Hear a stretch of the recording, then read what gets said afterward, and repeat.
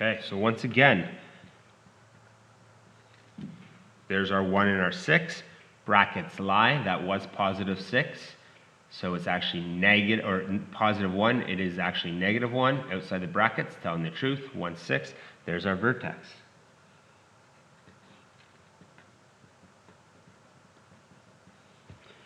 Negative 1, 6. Now if we look at the A value, negative 3, that's going to tell us that it's going to open down. That 6 is a maximum. That's the highest it's going to be. And that negative 1 is our axis of symmetry. So I can reduce my work a little bit, because if I find these two, I can find those two if I pick accordingly. So I put my vertex in the middle of the box. I have specifically done that for you. So if I think about the next point to the right, or over one point to the right, x is going to be 0. And the mirror point is going to be 1 to the left, so negative 2. So let's sub in when x is 0. So if I have y equals negative 3, when x is 0, let's see what happens.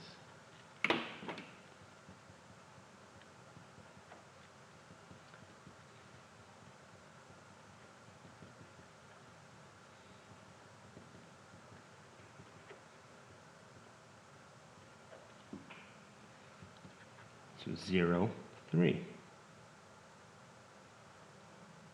It would be the same thing. That's my mirror point from the axis of symmetry. So I'm going to guess that it's 3. If I were to sub it in, let's see. Negative 2 plus 1 is negative 1. Negative 1 squared is 1. So minus 3 times 1 is negative 3. Plus 6 more is positive 3. Hey, it still worked out. What do you know?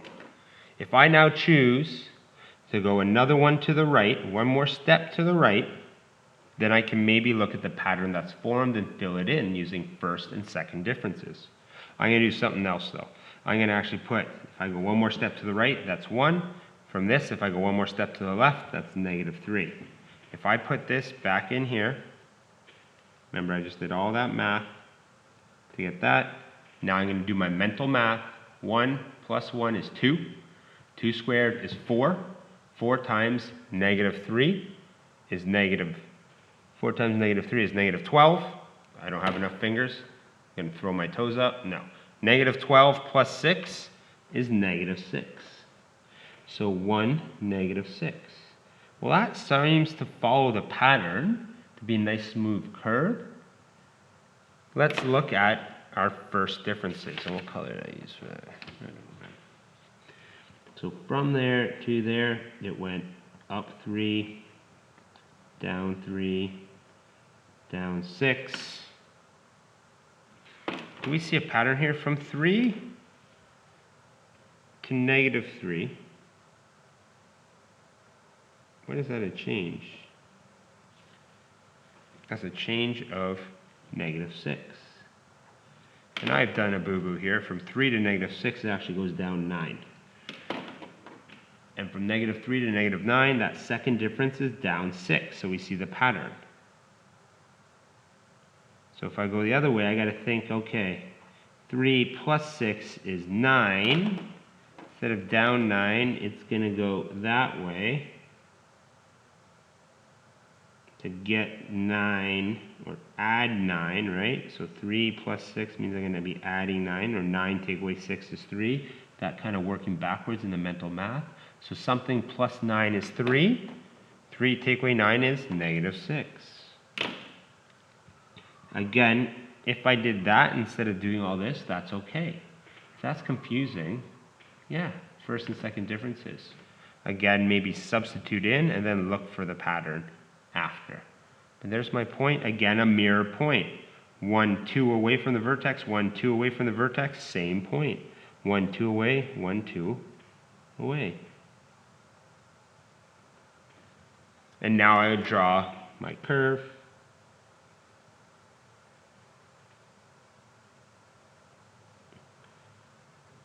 Not the best one, but it'll do for now.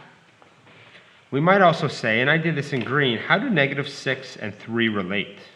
Right? How is negative 6 and negative 3 related? Because this was the A value. how negative 6 is our second difference? And now this is reaching ahead, but if you think about how they relate, that might tell you a little bit of what we expect to see later on. That's not till some further units, so if that's confusing, just ignore that then. We can still graph now based on this. Substituting in, if we do one direction, we can follow the pattern for the others. So, how did you decide which values to use in the table of values? Really, we should use the vertex. That's a great place to start. So it gives us our max or our min. And then, let's choose 2 points to the left of the vertex, or more negative, and 2 points to the right.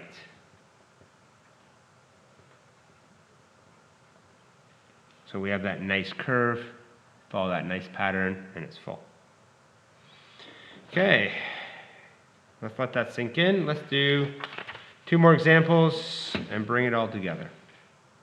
All right, graph that equation. A value, look at this. A value of 1. So I could go back and forth. If it's an A value 1, it opens up, which means it's going to decrease, then increase.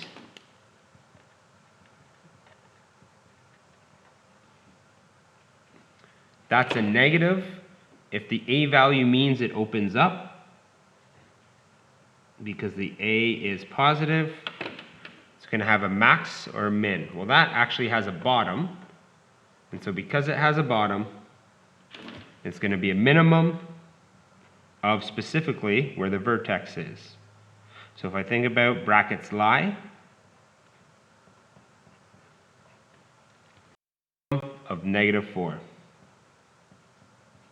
The axis of symmetry is x equals negative 1. And if x equals negative 1, this is going to be decreasing. When x is less than negative 1, it's going downhill. At negative 1, the slope is 0, even though that's the axis of symmetry. And then past negative 1, it goes uphill. So it's increasing when x is greater than negative 1. All of that just from there. So my vertex, negative 1, negative 4. Let's put that on. Now I'm just going to choose 2 points to the right, 2 points to the left. There's 2 points to the right, 2 points to the left. And we're going to sub it in when x is 0. 0 plus 1 is 1, 1 squared is 1, 1 take away 4 is negative 3. Again, it's going to mirror, so that is also going to be negative 3. When x is 1, 1 plus 1 is 2. 2 squared is 4, 4 take away 4 is 0. So I have 1, 0. It's going to mirror. Those are my x-intercepts. Now there's a lot more graph, so I'm actually going to add a few more points just so my parabola is nice. If I go one more to the right, 2. 2 plus 1 is 3. 3 squared is 9. Take away 4 is 5. So 2, 5. Again, because I went to the right from the vertex or axis of symmetry, if I went one more to the left, negative 4, I would have the same height or the same value. And now I can draw my parabola.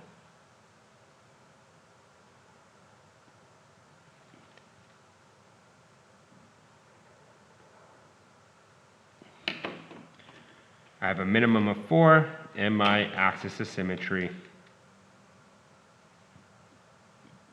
goes through. There's my axis of symmetry.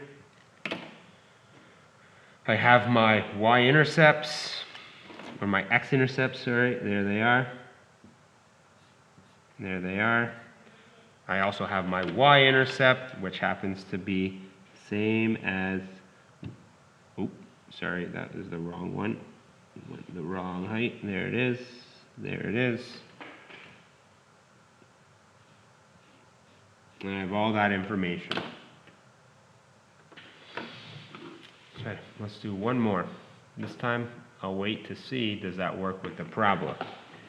Or not. Vertex.